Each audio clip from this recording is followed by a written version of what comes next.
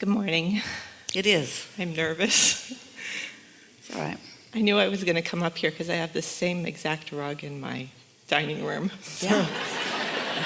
There you go. The rest of you might as well go home.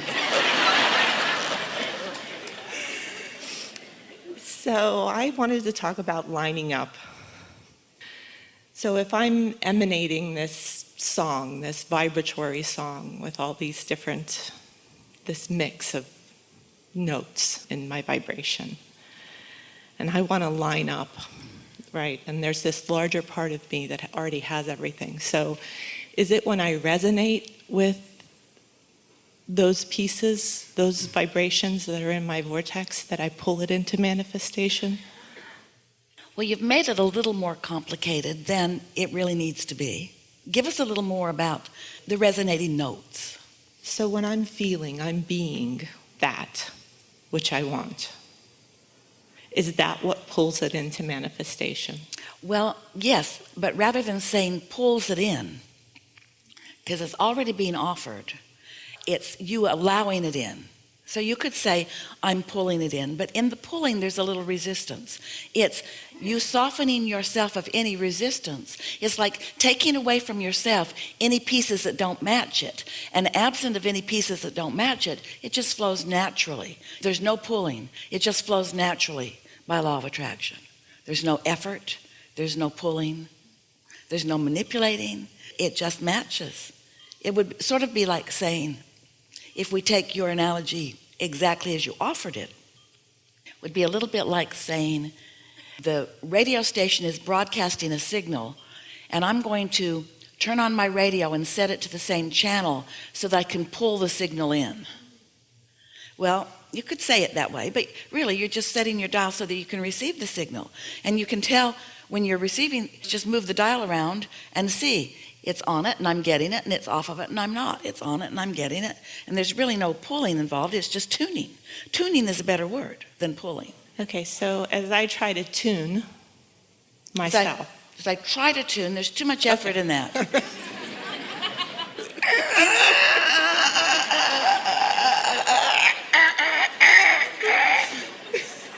It's easier than that. Okay, so as I tune and I flip the dial, trying to, sorry.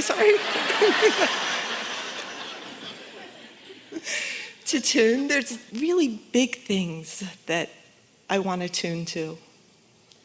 Well, feel the effort factor in there are really big things. In other words, did you hear her introduce effort and risk and doubt just by calling it big things? So here's the process. So you've been living life and sorting through what you don't want and what you do want and launching these vibrational rockets effortlessly, really. You haven't been launching the rockets. They've just been emanating from you.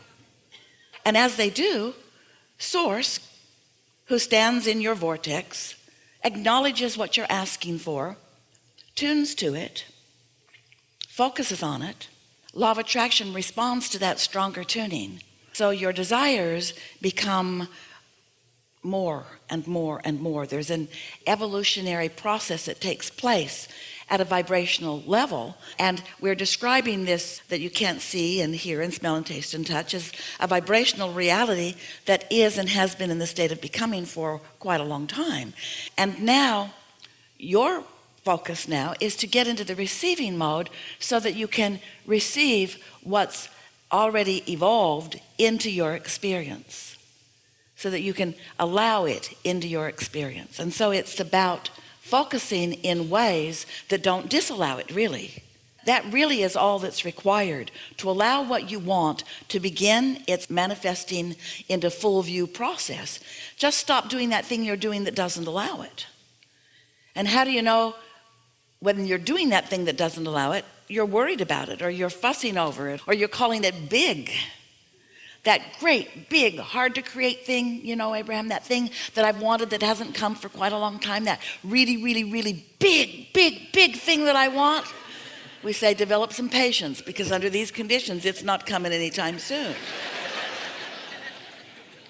But what happens is, as you're enjoying life and enjoying the thought of it and receiving impulses about the thought of it, so you're joyful in its not yet manifestation, but you're joyful in its steady evolution, then it will move from an idea that you receive. You'll get lots of ideas and impulses, and you will move closer and closer and closer to it.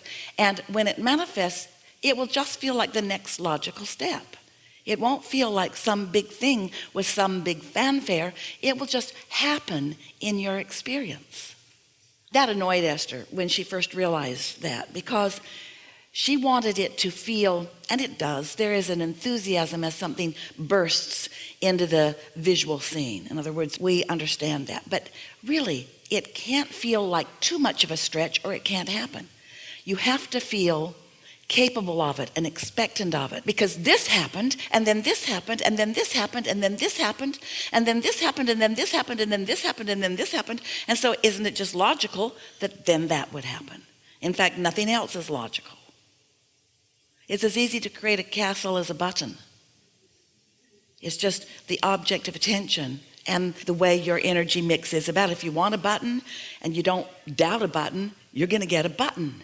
And if you want a castle and you don't doubt a castle, you're going to get a castle. There might be some things that you'll have to come to accept along the way, like your worthiness and like your ability and like the universe's ability to yield to you and like the process of the law of attraction. You might have to come to know some of that before doubt will be gone. But there will be a time that you will really understand that you are the creator of your own experience and that you can be or do or have anything that you desire. Okay, so like with work and things like that, I manage risk. That's what I do. So it's kind of hard.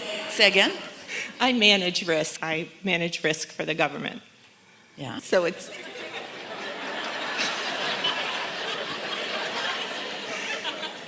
But I actually find very inspired ways of solving things. The big that I'm talking about is, it's more big, like personal for my child. I don't know how to help bring about healing.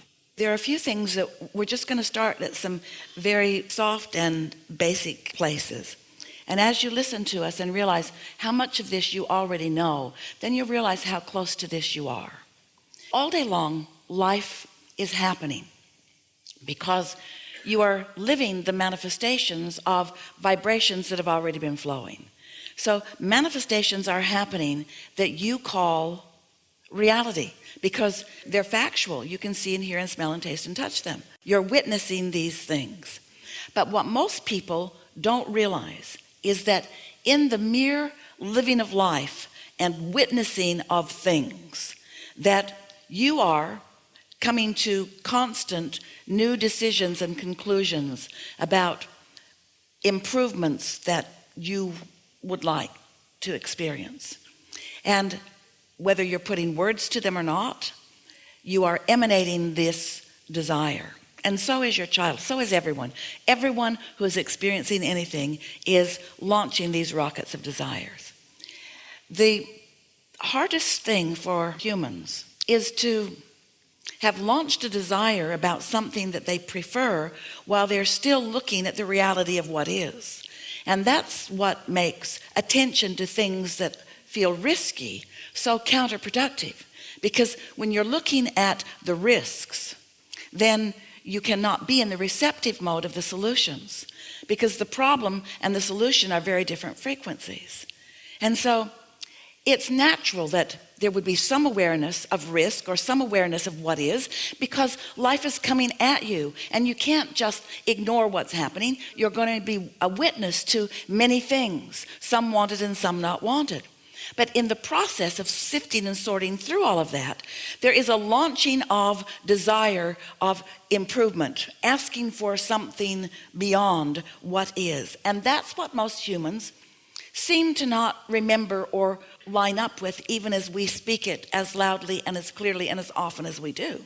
Because the now reality simply gets more of your attention than even the improved desired reality. And so that feeling of risk or that feeling of discord about looking at something that is that it's holding you apart from the very improvement that you've asked for. You see, in order for something to come about, You have to figure out what it is you want to come about and launch it. Source takes care of the rest of it and lines it all up and gives it to you. In other words, when you ask, it is given. Then your work, beyond those 2 steps that just happen, is that you have to decide. Let's put it that way. Let's speak it in stronger terms. You have to decide which reality gives you more satisfaction when you focus upon it. If you can make your decisions about where you focus in time based upon how it feels when you focus, rather than getting too far down the road and trying to figure out how it's going to come, when it's going to come, where it's going to come from, who's going to bring it, how it's going to come about, then you can hold yourself in a vibrational stance where you will be the receiver of the idea, the receiver of the next step that will help you to witness the unfolding of what you are wanting. Now, of course, you don't create the reality for anyone else, but when you desire something in a very strong way and you line up with your inner being about it, your desires count for a lot, because after all, there is nothing that is more prominent in your vortex than the welfare of those people that you love and care about. And so there's plenty already in your vortex about this subject. You've just got to find a way of lining up with it. So we get why it feels big to you. Everyone understands that. But you've got to whittle the distance down. Let's change the subject just slightly. You'll hear it better this way. Let's say you are in enormous debt and struggle around money, and you have a desire for enormous wealth and freedom in money. So in terms of reality that is already manifested, there's a big gap between where you currently are in terms of what you're allowing to manifest in your experience and what you desire. Well, you've got to find a way of narrowing that gap down to something that is manageable. And the way you narrow it down to something that is manageable is by accepting that it is what it is, and that you have 2 choices. You can focus on what is in a way that makes you feel dissatisfied, and law of attraction will perpetuate more of that. Or you can focus upon what is in a way that makes you feel more satisfied, and law of attraction will perpetuate more of that. Those are the only 2 choices. We've been talking to you for years about an emotional scale, because your emotions are your indicator of how much resistance you're putting into the mix in relationship to things that you want. The better you feel, the less resistance, and the more things are evolving, and the more you are witnessing them. The worse you feel, then the more resistance you're putting into the mix, and the more you are slowing things down. So as you are understanding that you have more control over the way you feel than you think you do, because most people say, no, I feel this way because of that. And we say, no, you feel this way because you're looking at that. And then you would say, well, Abraham, how can I not look at that? And we say, we know it seems hard or impossible not to look at things that make you feel dissatisfied. But if you will hear us and understand that there are many things in your experience to which you do not right now feel dissatisfaction, and if you will find those things, even those lesser important things, even those much lesser important things, and you will focus upon anything and everything to which you can feel satisfaction, your point of attraction will shift. And when your point of attraction shifts, your relationship to your vortex shifts. And when your relationship to your vortex shifts, now you're in the receiving mode where something will occur to you that will be beneficial in the bringing the desire that you hold into the reality that you want to witness. Does that make sense to you?